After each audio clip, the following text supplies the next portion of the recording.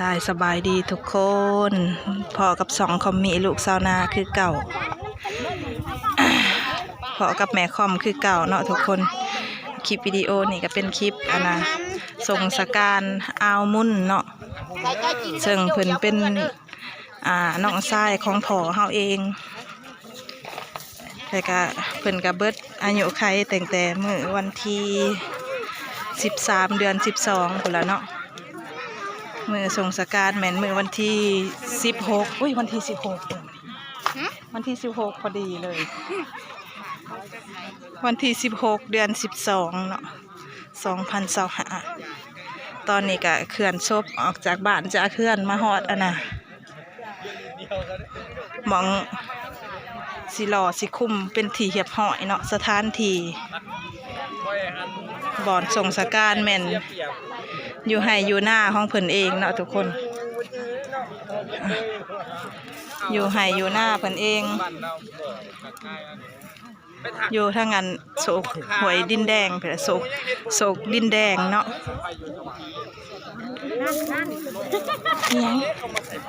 ยังก็น้ำอ๋อ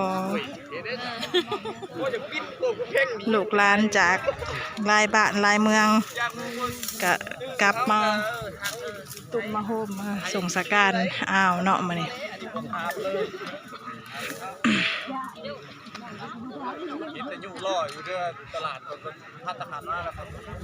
อยู่น้ำห่มไม้ห่มตอกลูกหลานผมมาส่งสการกะหลายจุดหลายมุมเนาะไอ้พูนก็มีกลุ่มนั้นก็มีแล้วก็อยู่ทางงานขั้นน้องผูกกับมีอีกเนาะจุนึงยายกันไปลูกพี่บริษัทพี่ร้อง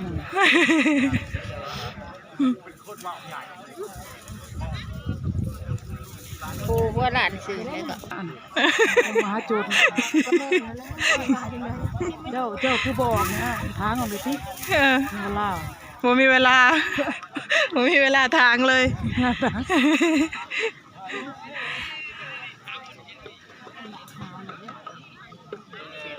มึงดูฮะยืนลำเลี้ยงมึงดูฮะตีนมนะเจ้าวันนั้นได้ฮะก็จัดซื้อให้เรียบร้อยได้ฮะอันฟูอันท่องอันทอดเจ้าหน่อยนะถ้าแกจีนบางทางหลังคือค่ะก็ทหารกับตำรวจนี่แล้วมหาโจรนี่ต้องใกล้มูลคือเยอะคือเบรกเดียวใช่ไหมหลายเดียวแล้วมันผัดบกคมนี่ใช่ไหมดังผัดบกคมเหรอดังนี่ช่องหนานะมันเป็นคือมหาโจรนี่ยังวะ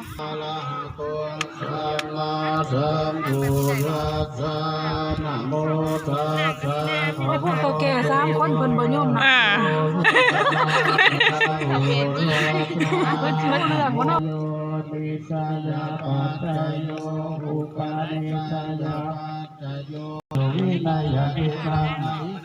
กับบ่าวเสียยามบุญนาเลปีลูกมันเจ้าคนตั้งวัดซิกอยู่บ่ไปอยู่ปากเซ่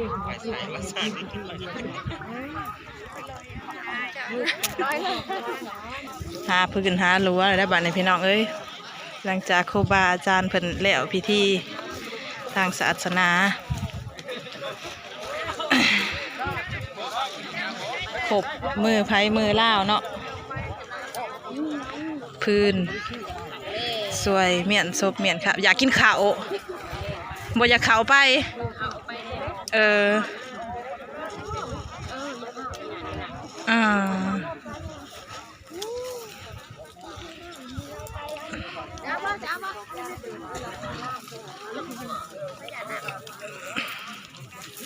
เนี่ยบัตรข้าเจ้าออกมากับลายได้ผมบัตรอันแล้วพิธีอย่างออกมาแต่ห่มใหม่ลายสมควร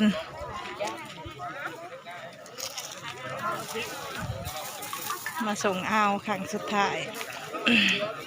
บ่เห็นกันอีกแล้วบาดนี้แต่เก่าไกลทางมาหน้าเพิ่นสินั่งขกมอกอยู่ในตูบน้อยเหมือนดอกเวลาหาไปแหวเพิ่นก็สิเอิ้นน้อย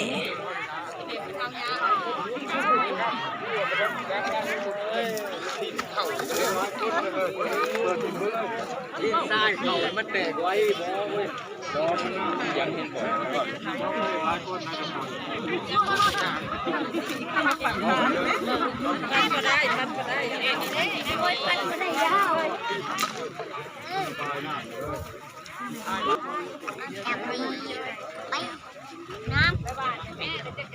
อ้าวอยู่พุ่นบ่เอ้ยบอลฮด แม่นก็ดูนี่เด้อของหนัก เปลี่ยนตำแหน่งบ่อันนี้ เรียนตำแหน่ง มองเขาวางแผนไหวพิษเนาะ คิดเป่าเลย พิษเป้า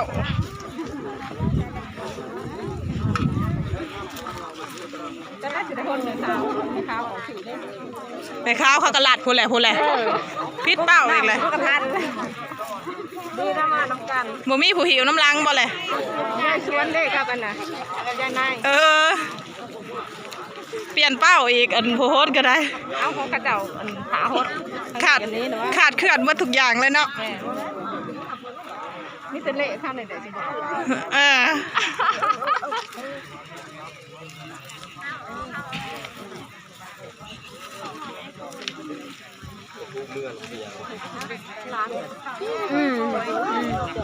บุ้มบิมบ่นี่ไปเห็นยังจังนาด่าง หน่วยลูก โอ้คือเงี่ยงแท้นี่นะฮะคือเงี่ยงลงพุ่นแท้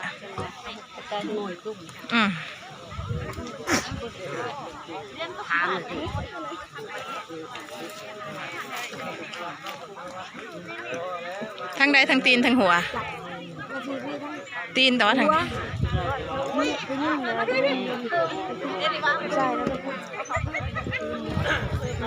เด้อเอาเอ้ยเอาลูกหลานมาส่งเจ้าขึ้นสวรรค์สันฟ้าเด้อหายเจ็บหายไข้หายปวดได้ไปเกิดมองดีเทิงสุขได้บาดนี้เป็นเทวดาเทิงสวรรค์สันฟ้าผู้เด้อเอาเอ้ยตะคอมจะมายืนใกล้ถ้าลูกยับออกแน่อย่าไปใกล้มันสิต้มนะหันต้มนะหันไปอยู่ทางผุนลูกพังผู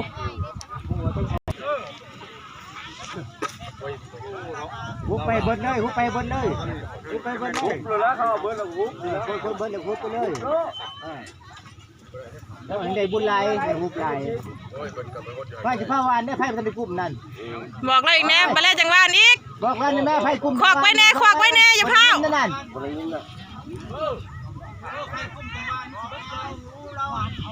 แล้วบริยินได้นั่นข้างหน้าพัดช่างให้วานเขาพุ่นอีกแน่ว่าฉันถ่ายรูปแต่ว่า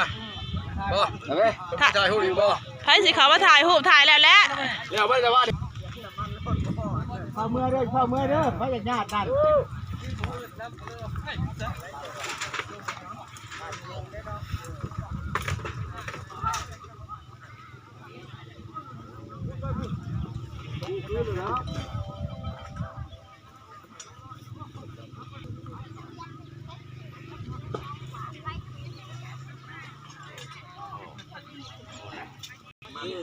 กระจงเด้บ่จงเนี่ยหัวทั้งนี้นี่นะ หัวมันหัวทั้งนี้ตัวหนาพี่แหละเพราะมันสิใหม่แต่พี่มันสิล่มไปพุ่นเด้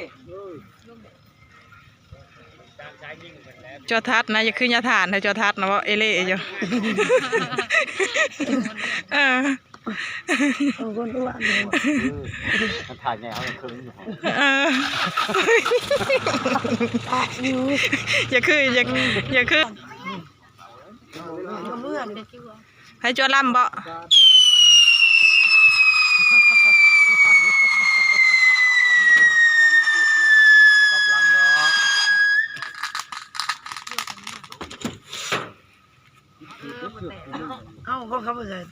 คอมยังออกเด้อมันสิเติมได้ลูกจักหน่อยเด้นั่นดิจูดเลยนะฮัมนี่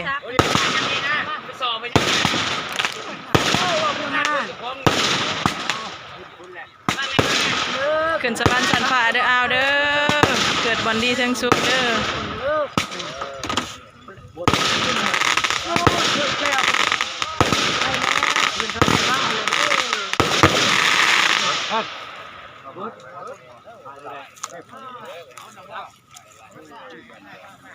พอกันแล้วกับอ้ายเพิ่นบัดนี้เนาะโอ้ยมันต้องเพ่ มาทั้งพี่คน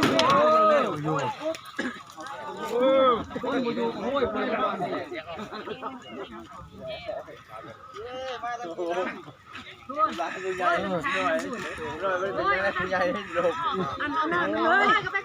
ไปขอของงัวกับ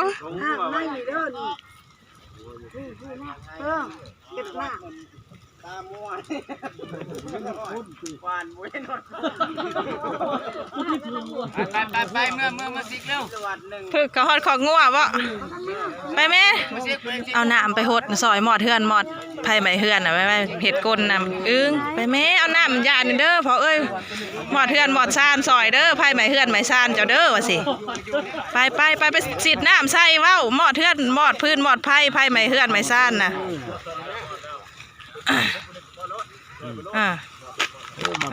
หมอดพื้นหมอดไผ่ซอยเด้ออ้าวเอ้ยไผ่ไม้เฮือนไม้ซ่านเจ้าเก็บหนัก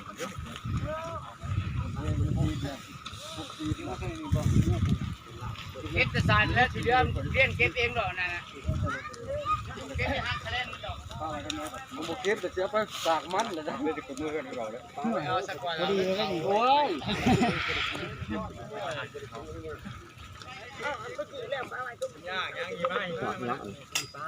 ยัง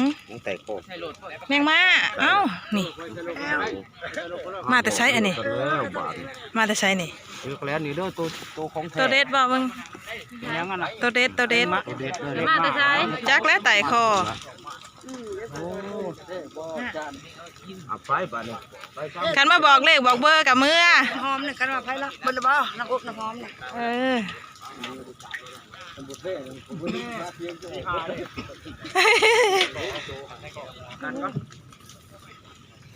ตัวเด็ด กินให้ยังไง แมงมา เอาแม่มาผมมาจับไปจับไม่จับเขา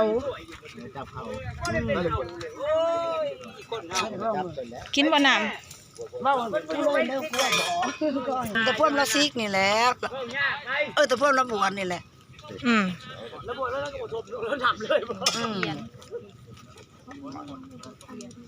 ฮัมมันน้ำอบน้ำหอมตัวหัวมาฮัมบักลงทาง แล้วมันเคาะนั่นมันเคาะมาพี่น่ะ เป็นยังเด้อพระเจ้าเบิ่ง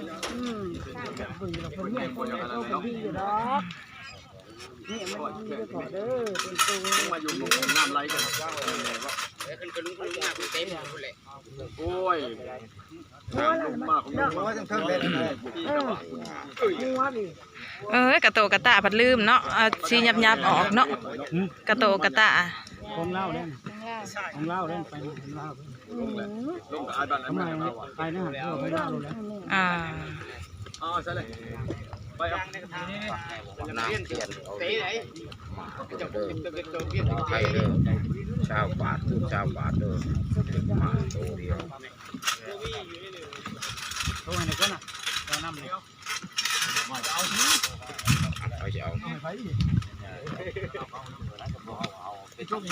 จะไปหรือกูไปเองเด้อบัดนี้เป็นไหนบัดนี้ เอามันคือหักไว้นี่ ไปหรือกูไปเองเด้อ เลขในเด้อเลขมานั่นข้างล่าง10 บาท5292นั่นฮู้ละ50 บาทอันนั้นตัว12นั่น20 บาท เอาแน่ กองละ5,000เด้อ แน่ผมข้อนั่นน่ะ บอก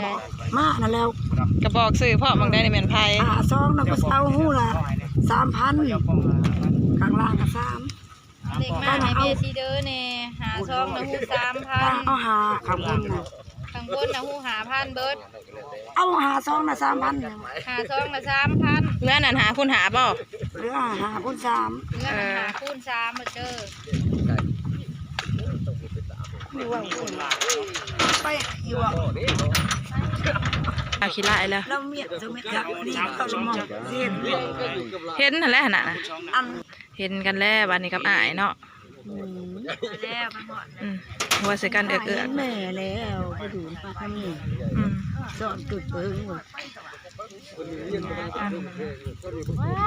บักเพื่อนเพื่อนมาแล้วเนาะ อืม เมื่อนั้นก็นั่งว่าเขากินเหล้า อืม กูเป็นงานเราเฮ้ยว่าเดี๋ยวก่อนเลยตาดอกถึงไหนแล้วจะว่ามันเจอแล้วพี่เนาะรับตัวใหม่ง่ายเนาะเลิกง่ายอยู่ให้ใหม่เขาให้เขาเดี๋ยวที่มันทำมันบ่ยี่หรอก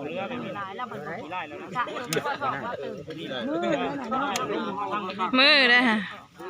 เรียกเล่าลงทาง